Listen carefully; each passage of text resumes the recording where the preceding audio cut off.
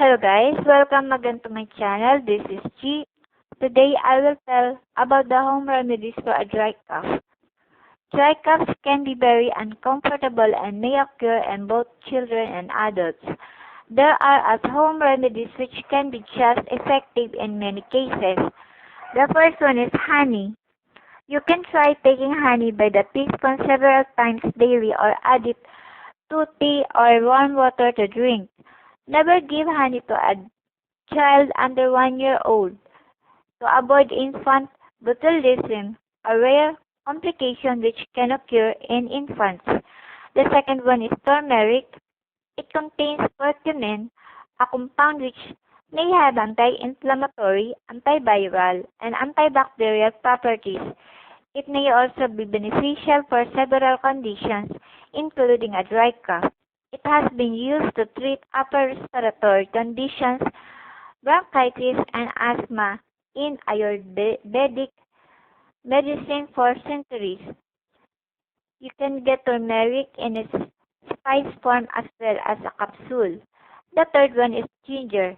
Ginger has antibacterial and anti-inflammatory properties.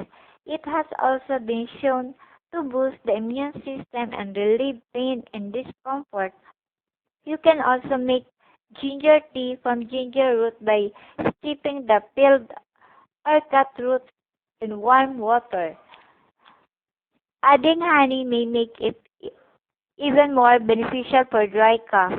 You can also take ginger in capsule form or chew on ginger root to alleviate dry cough. And the last one is gargle with salt water. Gargling with warm salt water will help ease the discomfort and irritation caused by a dry cough. Salt water also helps kill bacteria in the mouth and throat.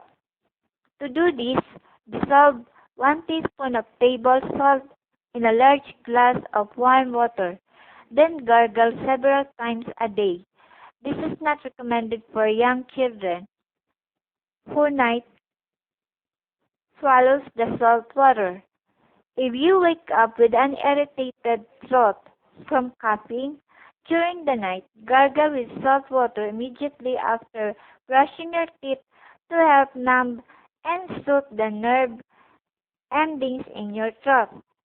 You can use also aromatherapy with eucalyptus, humidifier, air purifier,